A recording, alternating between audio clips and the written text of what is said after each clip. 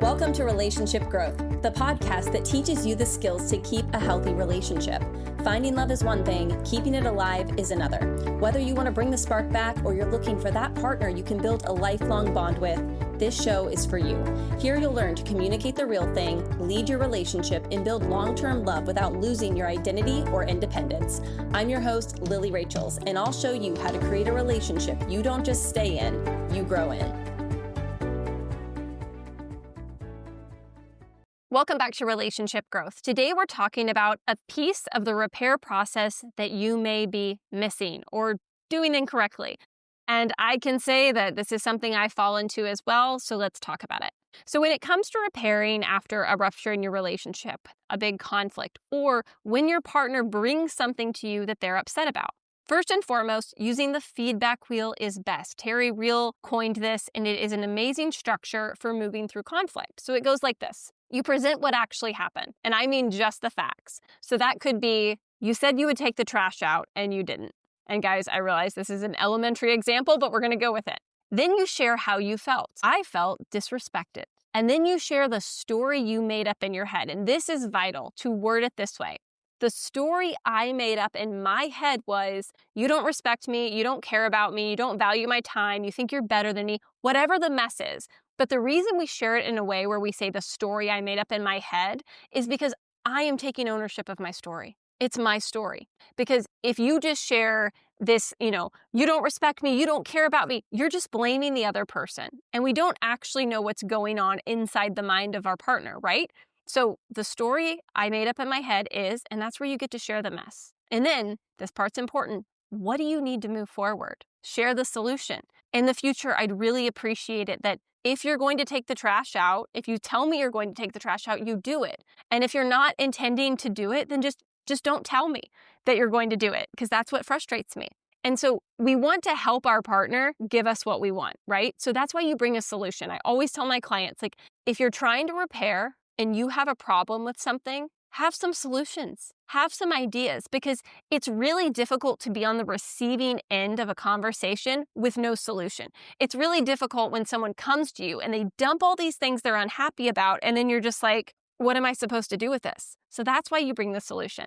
Now, here's the part that a lot of people miss in the repair process. If you are on the receiving end, your job on the receiving end is to listen. If you need more clarity, you can ask, questions to try to understand. I always tell my clients, you can summarize what you heard and say, is this what you meant or is it something else, right? You can ask for clarity around what they are asking for, and then listen to what they need to move forward. And any part, a piece of that or all of that you can do and you can actually do, you agree to, and then you end the conversation. So in that same example, if I was on the listener end of that and I heard my partner out, I understand what they're saying. I could say, I hear what you're saying. I'm sorry you felt disrespected. I'm sorry that felt disrespectful. I see how that could happen where I said I would do something and I didn't do it. Moving forward, if I tell you I'm going to take the trash out, I'm going to do it right then. And that can be the end of the conversation. And it might be that your partner asks for a lot.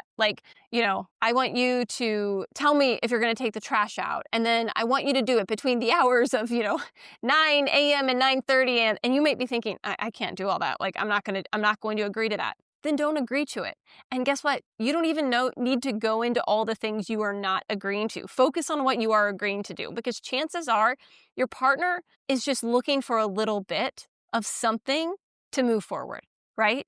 It's that whole saying, shoot for the, maybe you'll land on the stars, or shoot for the stars, maybe you'll land on the moon kind of thing. The person who's asking may ask for a lot, but you only have to agree to what you can actually fulfill. Now, here's, again, the piece I see people mess up on a lot. The listener then, a lot of times, wants to bring their own grievance to the table. Because when somebody has something you did that they didn't like, it is very human nature to want to be like, well, you know what you do that bothers me?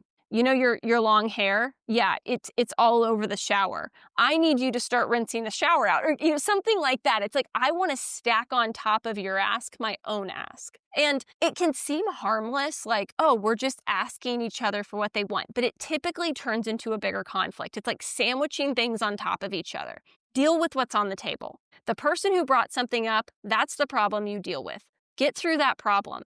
And then at another time, separate from this time, not right after, bring up your own issue, because if it's a big enough deal that it needs to be addressed, you should be able to bring it up on your own time, not try to sandwich it on to someone else's request. And then the other thing I see happen all the time, and I am so guilty of this in my own relationship, is as the listener, if someone presents you with something that bothered them, they're like, hey, you did this thing, you didn't take the trash out. It can be very tempting to want to explain your intention or defend yourself. I have done this, and it does nothing but escalate conflict, right? Where you're like, well, can I just explain? I didn't mean that. That wasn't what I was trying to do. And it doesn't matter. At the end of the day, it doesn't matter, because you could have had the best intentions and your partner still got hurt, right? What's the saying? The road to hell is paved with good intentions. I understand how that feels. Like when I'm like, I would never come from a place where I would intentionally hurt you, and I want you to know that. But if I start putting that out on the table when my partner has come to me with something like a grievance, something that bothered them, what it does to that dynamic is the person who came just feels completely invalidated. Like, you're not hearing me, right? They're like, you're not hearing me. You're not understanding what I'm trying to say to you, because you're not truly dealing with their need or lack thereof. You're dealing with your own hurt because you were misunderstood. So I have done this in my own relationship. It is something I am actively working on, because I understand that desire to defend yourself when you didn't mean to do something. But trust me, if you want to clear conflict quickly and rupture harmony, disharmony, it happens in a relationship. And if anyone else or anyone is telling you otherwise, they likely have not been in a long-term relationship. Because when you take two humans with our own way of doing things, and we're cohabitating and doing life together, there's going to be friction at times. So deal with what's on the table. Honor what you can in their request, and don't make it about you. They brought it to you. Deal with what's going on for them. And I promise your conflict is going to clear quicker, and you're going to have more time where you guys can enjoy being together instead of always feeling like you're working on the relationship, or you're always in this state of like walking on eggshells and friction. I hope that helps. And if you are a man listening to this, I have something very special just for you. I'm doing a free intensive called Undefeated, December 8, 9, and 10 at 6 p.m. Central. We will be meeting to talk about losing strategies in relationships, how your nervous system affects your relationship, what it looks like to lead a relationship in this modern age, because that has changed. And women, we still want you to lead, but it looks different than it did in your grandparents' generation and even your father's generation. So if you're interested in that, whether you're in a long-term relationship and it's not where you want it to be, or you're single and you want to be in a relationship but you feel like you just don't have the skill set to maintain it, please come. It's completely free. Click the link in the show notes to sign up, and I will see you there. And until next time, I hope you choose growth.